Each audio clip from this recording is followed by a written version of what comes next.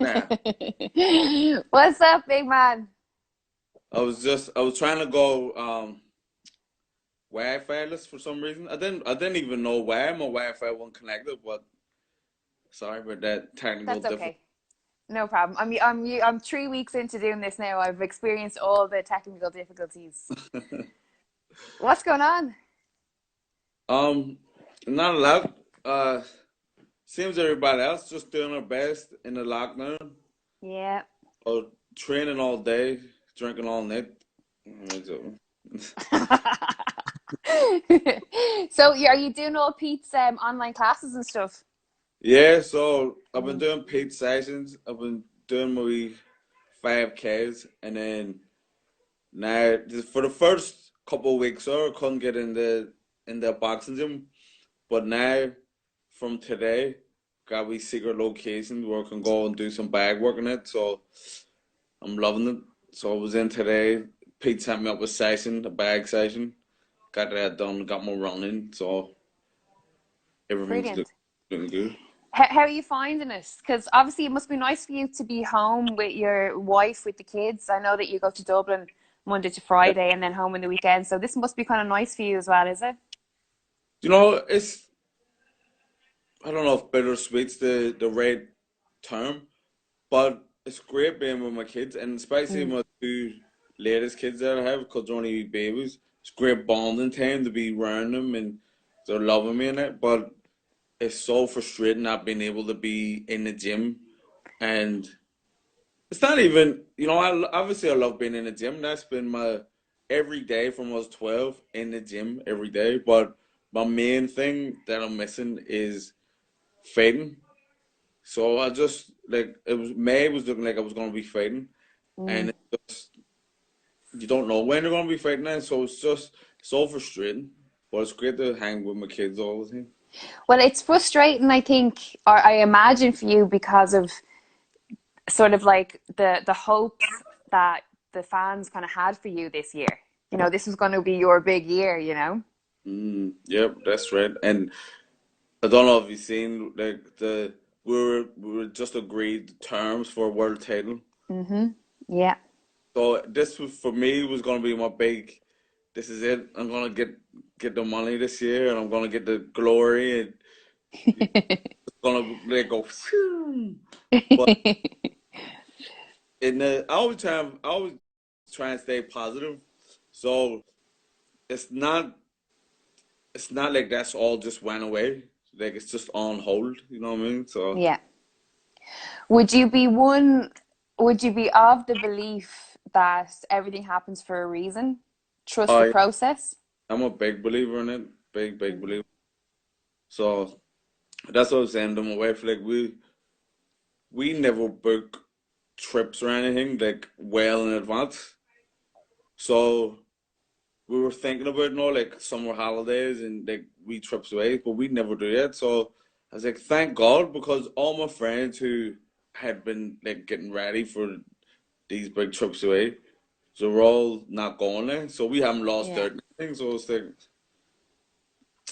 yeah, everything does happen for a reason. I think the everybody's life is laid out before or when they're born. Yes, sole purpose. Yeah, like because when I connect the dots for my own life, it's Mm. like this happened for this to happen for this to happen. Even like the bad stuff happens that lead to something better, and so I will be a big believer of that myself.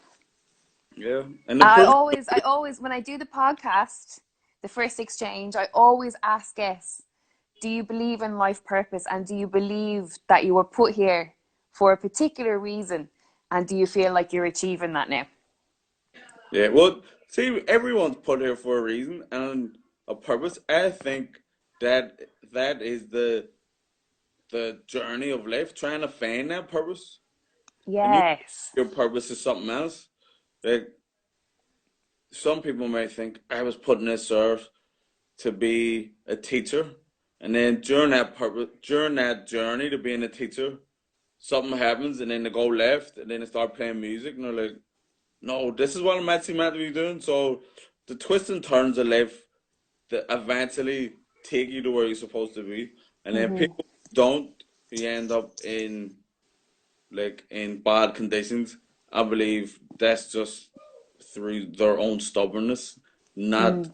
the opportunities that's been presented to them. Because everybody has the opportunities. So where does boxing sit with you then in that context? Do you believe that fighting was your purpose? Is fighting the end goal? Is boxing a destination on the way to somewhere else? Well, when I look at my own life, I'm not from a boxing family. I'm an Mm. only child. My father never boxed. None of my uncles ever boxed. Well, my great uncles, a couple of them boxed, but like I'm saying, I'm not from a big fighting family. So all the stuff that has led me into boxing, it's like it was all meant to be. So Mm.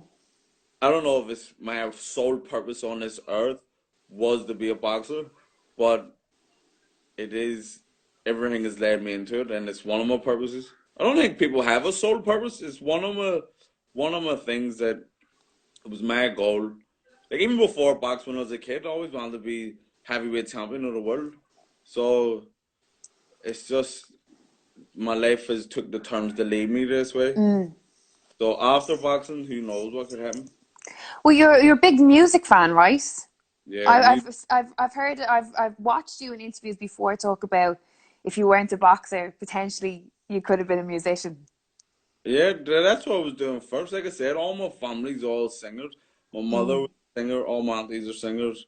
My grandfather was a singer. Still sings this day. So, and all my cousins in it. So, I was playing guitar first, Mm-hmm.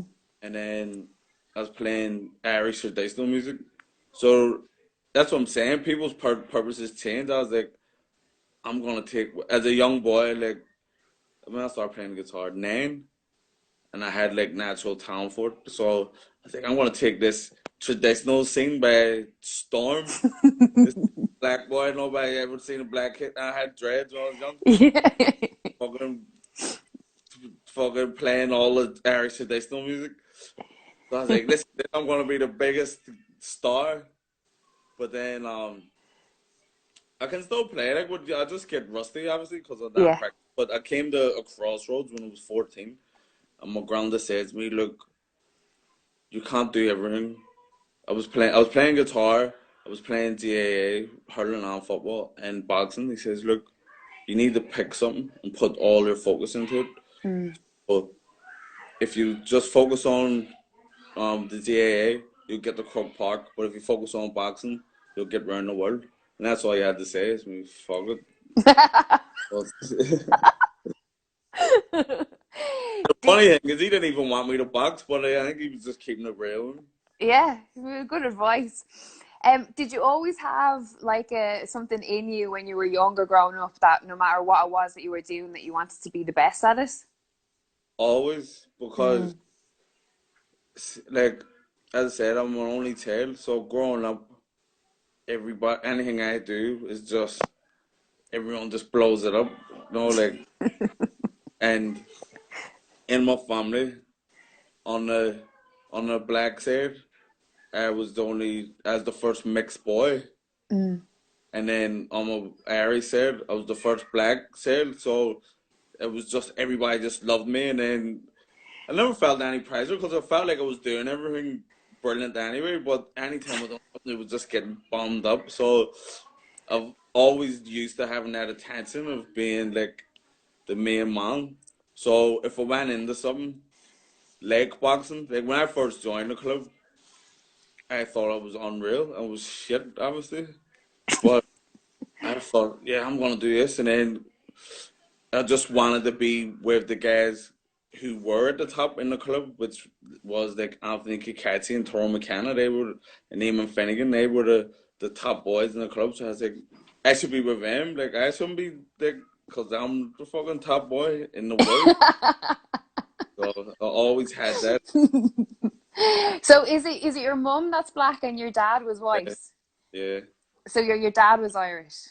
My dad's Irish, so so that and see like. it's being an only child. I don't know. Have you brothers and sisters? I've one brother, yeah, younger brother. Yeah. Well, like I felt like I was put into everything because you only have one child, Yeah, and I lived with my grandparents, so I was doing stuff with my granny and granddad. You should do this, going like I've just dipped my toe in every frigging pool because it's just me. yeah. And they always knew I was going to try and be brilliant at it. And everything I done well in it. So, oh, Dragon, you could do this. So, So it's, was there a point then that when you were growing up that like that wasn't the case and you got a little bit of a culture shock? well, when I was bad at something, Yeah, well, maybe when you started boxing and you realized that, you know, at a certain time no, other people were better than you, or my boxing is just, ev- everything just fell into place for me to think that I was as good, for me to believe I was good as well I thought I was, even though I yeah, was. So when I joined the club, I was I was 12, right? So I was heavy. I've always been big for me. It's always been the biggest. So I got to walk over in the novice championships, and then I got to walk over in the anthems. So I got straight down to the All Ireland, and I got to walk over into the semis. Beat this foul, Patrick J. Ward, beat him on a countback, and then I was in the Irish final in my second proper fit. So I was like, I'm in the national final. I'm absolutely brilliant. Like I knew it.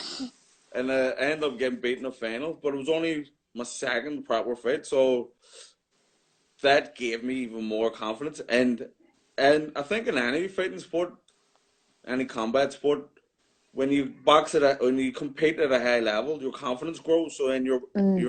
performance improves. So after I'm All Ireland, I went down as a raw novice, shit, but after like everything just went up. So I knew I was good enough to be with the top boys in the top schoolboys in the country. And I only started boxing at boy two, so I missed the whole of boy one. So I was like, these all have a year experience on me, and like I'm fucking everybody up. So everything just went well for me. So I never had that shock of not being good enough in boxing. Can you remember the point where you like something clicked in you where you said, this is what I'm gonna do. I'm gonna, you know, go professional with this, like down the line, boxing It, is now my thing. I'm not even joking. Like, see, the first day I went to the Albert Plunker Club, Yeah. I was like, I love this. I want to be a pro. I'm going to be a world champion pro. The very first day, I just loved the smell, loved the noise, just everything about it. And then when I got beaten at final, then I was like, I'm good enough. And then, so the next year, I went down and I got beaten in the semi final, and I was absolutely disgusted. And the following year, and I was like, do you know what? If I don't win the All Ireland this year, I'm retiring because I've got all these ambitions of being the champion of the world. Can't even win the schoolboy All Ireland. So you need to put up with shadow. I was having this conversation with myself. So that year I trained so hard, went down and won it. So once I won it, I was like, yep, that's us, we're good to go. And then I just won it every year after, I think.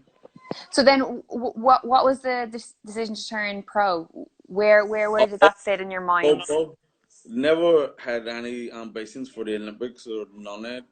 Always thought like amateur boxing was just the stepping stone to go pro. Mm. Nobody cares about amateur boxing. That was my attitude. But my whole plan was to go pro at 18, and it almost happened. Because when I went to the World Youths, the under 18s, I got a bronze medal, and then I came home, and Gary Head was on to me. He likes the same boxers young.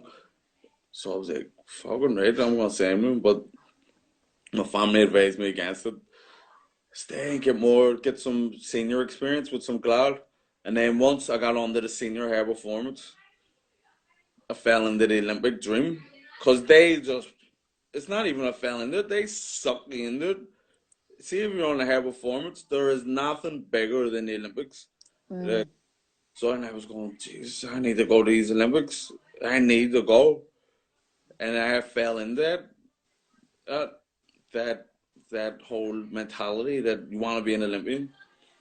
And once it didn't happen, I was like, oh, I'm still young because I tried to go for 2012 and I missed out. I had because they changed the numbers or they changed the format for qualifying anyway. If I got a bronze medal at the qualifiers, if I had got a bronze in the 2008 Olympics, I would have been there. But I needed to get a gold for 2012, so I missed it. But I was like, I'm improving. And by the 2016 Olympics, I'll be 25. So that's the, and Zord said to me, like, 25, 26 is the average age of medalists. So stay, don't go pro, don't go pro. So I stayed for another year. And then I got an offer that I couldn't refuse to go pro. It's amateur game. There's no guarantees anyway. Like it's always like you go to all these trips and then you could have one bad fight and right in the first round. You're gonna spend 4 years. That's the thing. You spend 4 years obsessing over 2 weeks out of your life, and then after them 2 weeks, nobody gives a shit about the Olympics unless you win them. Do you find that hard? I mean, like around that time period was, because not even just in that particularly the Olympics, but of all those major competitions, your kind of life is sort of cyclical. You're in that sort of trend of fight camp, preparing for competition, being at the competition, either medaling, not medaling, coming back. I imagine that it's emotionally very taxing. Well, it could be, but we formed such a strong bond in the team. There was a couple of different wee cliques, but as a whole, everyone got on well. But my wee gang was Paddy Barnes, Mick Conlon, Sean McCollum, and Ross Hickey and Colin Sheehan. Right?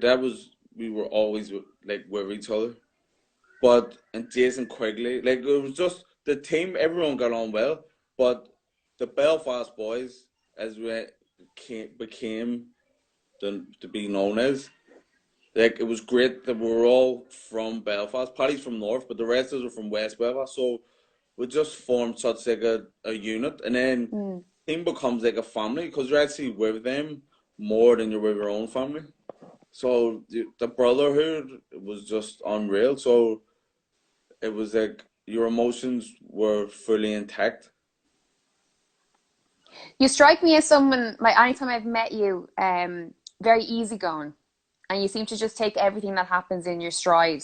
Is that something a quality that you've always had, or is it something that's come with age? Always been that way because like I think it's always just had the belief that everything's gonna be alright. Like so I never really stressed too much about stuff. And I've just always been easy going, just always. And sometimes it's been detrimental to me. Like as a kid, like when I was training and stuff, like oh fuck it, sure, I'm not gonna do this run. I'll do it tomorrow, but sure, tomorrow never comes. So as I got older, I've matured. I've took that aspect of training out of like the easy going side, but always been just a cool guy. Very cool. In terms of the pro end of your career, obviously you're still very much in the kind of throes of everything. Obviously, world title fight on the cards and different bits. But if someone said to you that you can go back and change something in your pro career, but you'll still end up in this point where you are now, would you change anything? Yeah. I always say I probably would have stayed and tried to go for the 2016 Olympics. And because I think I might have went too soon. And I wouldn't have took the Matty Askins fight, and because I knew at that time, like I believe I'm better than him. But at that time, I knew it was deep down. I knew, but just the male pride that it was a fight too soon for me. Because when I fought Matt Askins, he fought all top opposition. He'd had like 30 fights, and he was, he was a real seasoned pro. Mm. Only had 9 fights, so I was going. I shouldn't really take this, but I just, what? Well, I was gonna say what I sick, but as a man, but it's my toxic masculinity wouldn't let me say. Mm. So Yeah. that's what it was. And then the React poor fight, I don't know if I would change that, because in hindsight, I should have knocked it back. It was too late notice. But losing the React poor opened the door for me to fight Turchi. Mm-hmm. So, and then having the, maybe I'm contradicting myself here, having the losses is open the door to me to have a world title, because see people who are world champions, if they look at their record and go, fuck, he's 20-0, fuck it, he's too dangerous. But if they look and they go, fuck, he's a couple of losses, we'll give that a go. And then you go in there and then, because that's what's happened with Turchi. Like Turchi's 17-0. Look at my, Mm. I can't even remember what it was at the time, something in 2 losses. Go, yeah, he's a good name, but like he's fucking a couple of losses. But then I go over and shake shit up and just turn it on its head. So that's the silver lining of having the losses.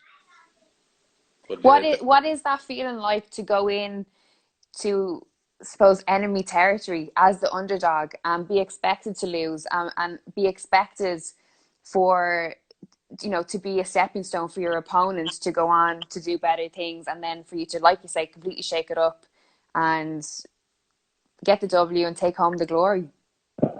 it's the best feeling. Like it's just great to go in and because happened to me twice.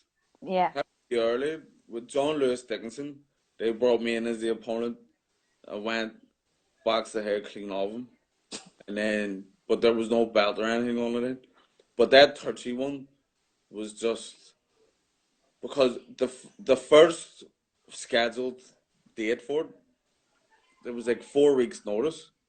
But once again, toxic masculinity. I'm suffering. I have a chronic dose of it. Could that be?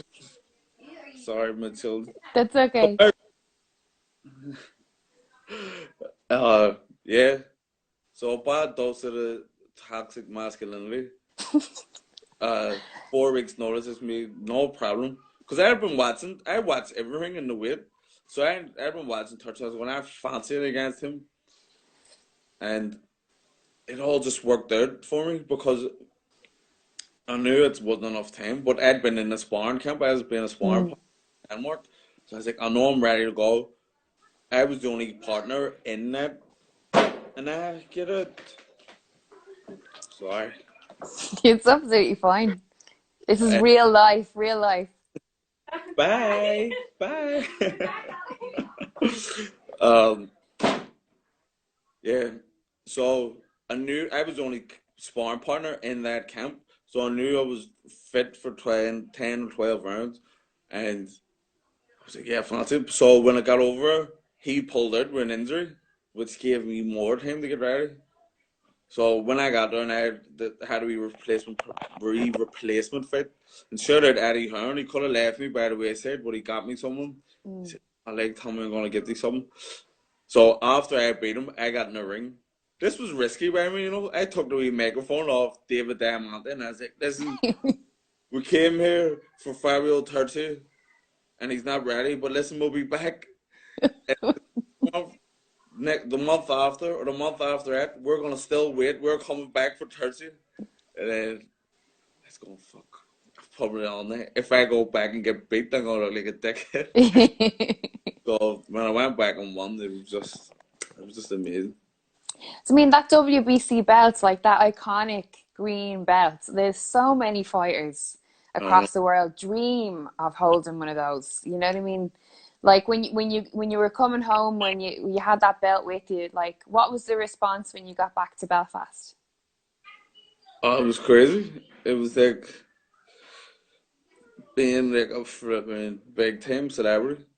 Because the fight was on a Friday night, and then we came home early Saturday morning.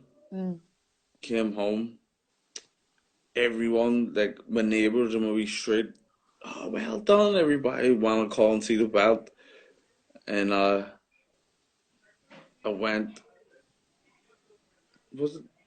Alright, and then I went, my Mark Ginley, one of my best friends, it was his child's christening. So we went and brought the belt and this everybody all over me. And then the next night, I went to a wee bar. And I didn't bring the belt, being pretend. They asked me to bring the belt.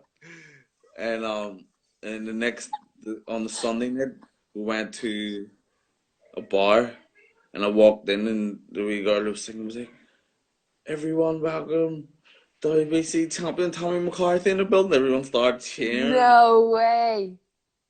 and you're getting invited to places and Mm. invited to go and do talks and all this kind of stuff. But see, all that like bum licking, it only lasts for like 2 or 3 weeks, and then it goes away. So. Mm. But I knew it was gonna be that way. I knew it was gonna like it's only short lived. So I was like just milking the life clean out of it. If I got invited anywhere I was going, I was stopping for pictures and bringing the belt everywhere. Cause, You're like ringing ahead. Sorry, could I get a +1? My belt wants to come. cause you know what? See the wee moments that you have that you work hard for, Yeah, yeah. earn them, and suck like Tyrone was like, "Me, are you ever gonna fucking leave that belt in the house?" For like about 2 weeks, I never even left in the house. I just left it in the boot of the car. Cause anytime I met someone or like I was in a garage, well, what about, have you got the belt? Oh, it's in the boot. God, I milked the life out of it. Yeah, you're right too. You're That's right too. it, exactly. You mentioned Eddie Hearn there while you were just talking, and he really does have a bit of a soft spot for you, doesn't he? Yeah, well, it, I like him and he likes me. Mm. And I mean that in the most heterosexual way possible. Um, and we just get on. He knows I'm not a dick.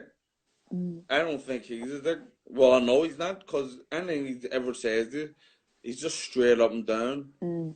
There's no messing with getting paid. There's no bullshit. You're looked after. Like, every, if you're fighting on a, now I've fought in a few matchroom shows, if you're doing a 6 rounder at 5 o'clock, you get treated the same as if you're top of the bill, which, and Mm. I'm top of the bill on a matchroom show, you get treated the exact same way. So, it's a great setup, and yeah, like you said, just when we talked that, I think he was just, you just talk to people, sometimes you just click. Yeah. Not saying that we're best mates, I mean, but we just get on.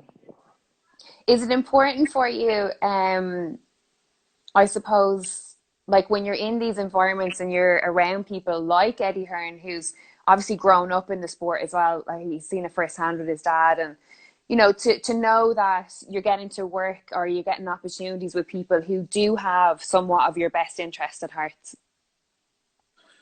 Um, I don't know if they have your best interest at heart, but they don't, obviously in Italy, they didn't want me to, like, they didn't want me to get beat, Yeah. because even though Turkey's the home fighter and he's with Matthew Italy, like Eddie's from England, Mm. and England and Ireland, they were just English speaking countries right beside each other. So Hmm. they and him and Mark, my manager Mark Dunlap, have a great relationship. So obviously he just would be supporting me. But I think a lot of boxers have seen it with my own eyes. When they get round, like the legs out of her, they start just acting like fools. You know what I mean? Like going, trying to. I don't even know how to explain it, but just start acting like groupies and just trying to like hold to try and like get in his good books. And Do you think it's because he holds, you he know, holds somewhat of the key to a yeah, successful career, I suppose? like if you're with Matchroom, it's the biggest boxing promotion in the world. Mm. So obviously you do want to be with them, but like if you're good enough, you will get with them eventually. Mm-hmm. You don't need to go and start like acting silly. So I mean, Mm-hmm. so I know that I'm good enough. Well, I believe I'm good enough. Mm-hmm. I'm not like signed with Matchroom at the minute, but it will happen eventually. So you mentioned, what you touched on there is very interesting, Tommy, because you, and it's like what you said as well about the toxic masculinity, you know. So it's like toxic masculinity, ego, um a desire to be great, and then also somewhat of a delusion. Fighters need to be delusional, I find. You know, they have to believe that they're the best, Yep. and that, you know, and to become a world champion, you have to think no one can beat me. That you cannot listen to reason. Mm. Like if you want to be the best at anything, not even just boxing, anything in the world, you cannot listen to people talking sense. You do have to be delusional and then turn your delusions into reality. So how do you do as you've done and stay as grounded as you are while being deluded? Because I don't believe I'm deluded.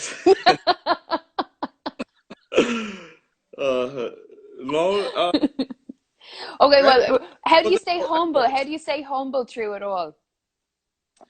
I'm a humble guy. Mm. I'm from humble beginnings. I'm in a humble present. But when I get a couple million, I might be different. I'll let you know. But now I think, see people saying be humble and all that. It's Yeah. just getting confused with the age old hip hop saying keep it real. Mm. You just have to be real. You just have to be yourself. Like, and when you're being your genuine self, you can take the mask off. Then you are being humble. Like this is me, and I'm not putting on. I'm not trying to act like anything else. So that's something that I've always like growing up. I feel like because of growing up in West Belfast, and I was the only black kid in my school and in my area, and it like I had no option but to embrace myself, Mm. but also being like on a pedestal in my family, like I'm embracing myself, but just focusing on all the good stuff, but not trying to make anybody feel bad. So like I've grew up and I still feel this way of like loving myself, but not in a way to make people feel uncomfortable. So I mean, like I Absolutely. love people too. Like I'll just like getting to know people, and as you can probably tell now, lady, I love talking. So I love like I just embrace people. Yeah, absolutely. Well, it's a great way to be. Speaking of people, while you were talking, people were sending in questions. So I'm going to go into the question box now and have a Right. little look, and we'll see what they're asking, right? Right. Um, Paddy, Paddy Barnes said, "Leave my goddaughter, Yeah, and now Anaya, leave her alone." Paddy's the godfather But of why? for now. That's what he just said. He's just said, "Is Labyrinth your cousin?" Yeah, yeah. Who's that? I did. So you know the singer Labyrinth? No. Well, Sing me something. What does he sing? his biggest song that you would know is "Beneath You Beautiful" with Emily Sandy. Sing it You for know, me.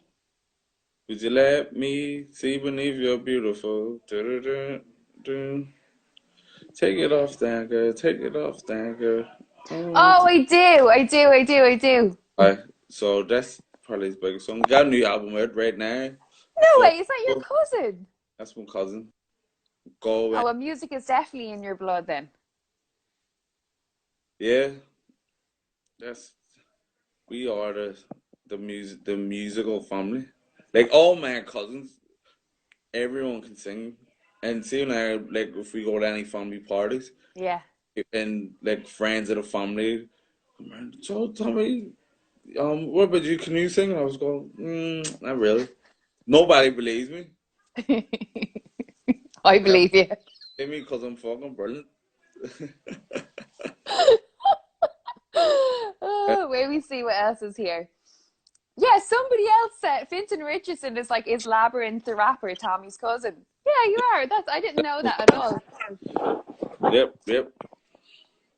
Hold on, I'm getting. Someone has said, Tommy, you need to win that world title if you want your daughter to marry my son. Listen, the wedding's on. This is what I. This is the thing. Cause I have all daughters, right? I don't have Yeah. much. So I have arranged all their marriages. So two of their marriages so far. The other two the process. What's the prerequisite for marrying your daughter? I just need to know your dad and your family because if something goes down and you don't know who your daughter's married into, like say the husband ain't coming home or he's fucking acting up Alex, I want to go and speak to the family. Yes. Like you don't want to be like people. You know what you're dealing with. You know what I mean? Yeah. So That's a good idea. prior to having daughters, I thought arranged marriages. Oh no, that's no good. But now it's for their best interest. Well, to be honest, I don't think anyone's going to be messing with the Cruiserweight champ, really, are uh, they? no, even like listen, I want. I see you sent that question. Is that D? Let me see who it was. D because yeah, David yeah. McCombs, is So it? that's Brandon. So his son, that's Sean McComb's brother. So his son Oh, no way. and my daughter are the same age, and so they're betrothed, as they say in the Lion King. You're betrothed. I'll be honest. So Let me see here. Just trying to get. There's just loads of comments just saying that people think you're a great fighter. Loved watching you win the belts. Hope you get a shot at the world title. Let me see here.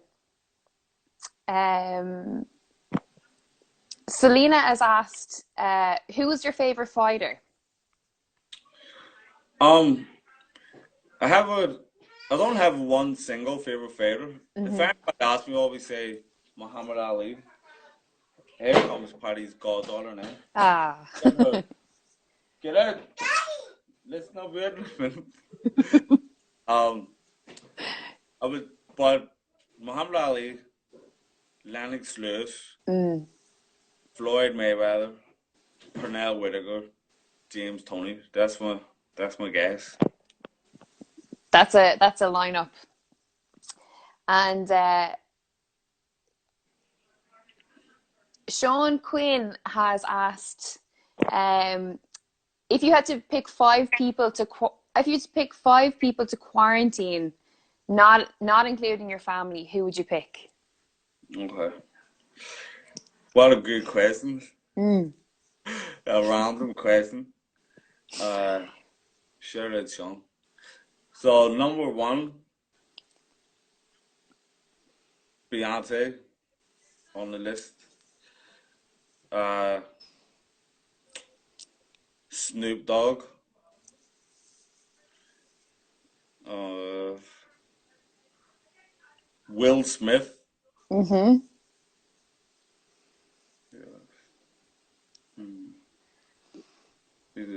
Dave Chappelle. Ah, 100%. and hmm, he's uh, he's getting the last spot. Donald Trump. I had a thought. I don't want to be uh, all Why is Donald born. Trump going? I think Donald Trump's alive. I know he's in a serious job, but Mm. just every day when I look on social media, he's just saying some madness, and it's just funny. I just love the way he gets on. Yeah, he's a bit of he's mad is one word I put it all right. Last one here. Derek has asked, what was a highlight of last year? I was about to say 100% winning, but my daughter was born last year too. Uh, nah, Pick that one. you know what? I'll be 100% honest. Winning the belt was the highlight of my year because it was like it's been years in the making, Mm. and I had a chance earlier in the year, and it didn't go according to plan, and I was like, this isn't going to happen. And shout out to Lamar from my cousin who I was going to retire. He came to the Reactport fit, and after I was like, do you know what, Tim, I can't do this anymore. And he really gave me some positive talk and got me to refocus as well as my wife. My wife really kept me got me back into the gym in it. So to go and win that belt, it was unbelievable, and it just felt so vindicated. So that was the highlight of my year. But shout out to my daughter Kat. That was a good thing as well. Absolutely. Definitely was. Before I let you go, I meant to ask you earlier actually. I was watching some of your old fights today and whether you know the algorithms or whether it comes up about you doing like a inspirational speaking. Did Yeah, you do something in December? yeah. That's what I'm saying. Like that was after winning that belt. Yeah. Then made it. You know what I mean? So like I said, it's no secret that I love talking, but nobody wants to hear you come and talk if you don't have nothing to talk about. Or Mm. everyone has something to talk about, but nobody wants to invite just anyone. So winning that belt was like, boom, let's get him in, come and talk. And Did you enjoy the role? Do you know? Do you yeah, feel comfortable standing in front of a large group and yeah, telling your story? yeah. So if anybody else wants me, hit me in the DM and we'll discuss terms for post COVID-19. Well, listen, thank you very much. No problem. I appreciate it. Appreciate you taking the time. Yes, no problem. I've enjoyed Good, good. No doubt we'll see each other when we're back to normal it. and hopefully be there for your world title fight. Yes, hopefully. Please God, touch wood. Touch wood. Do you want to thank any of your sponsors? I know you love giving a little Uh, shout out. Nick and Northern Property, and I have a wee sailing sponsor who wants to remain nameless at the minute. Billy Bob, we'll call him. So, thanks, guys. Good stuff. Well, listen, Tommy, enjoy the rest of your night. Thanks again, and I'll see you soon. Peace. Take it easy. Bye.